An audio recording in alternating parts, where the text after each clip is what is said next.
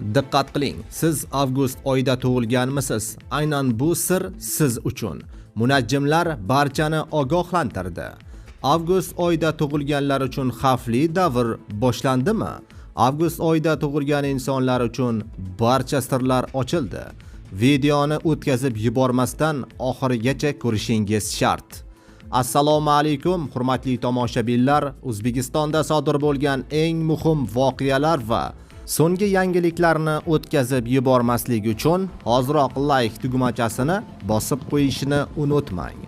Obuna bo'lish tugmachasini bosganlar videorolik oxirida 15 ming so'm egasi bo'lasiz. Diqqat! Avgust oyida tug'ilgan insonlar deyarli tavakkalchi bo'ladi.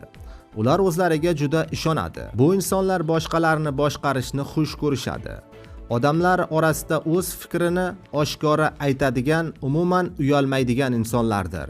Avgust oyida tug'ilgan insonlar ularga qilingan har bir yomonlikka yomonlik bilan javob qaytaradi. Ularda kechirish va unutish degan narsaning o'zi yo'q. Bu insonlar har qanday davrda o'zini ko'rsata oladi va har qanday gapni to'g'ridan to'g'ri odamlarning yuziga ayta oladi.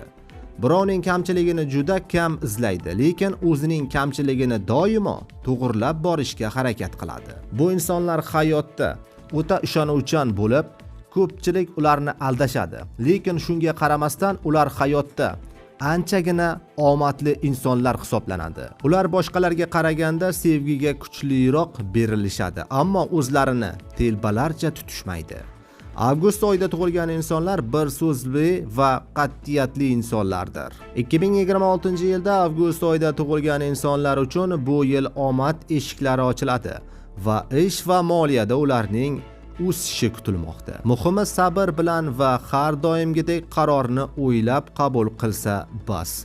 Aziz do'stlar, videorolikni barcha tanishlaringizga yuborib qo'ying, like bosishni unutmang.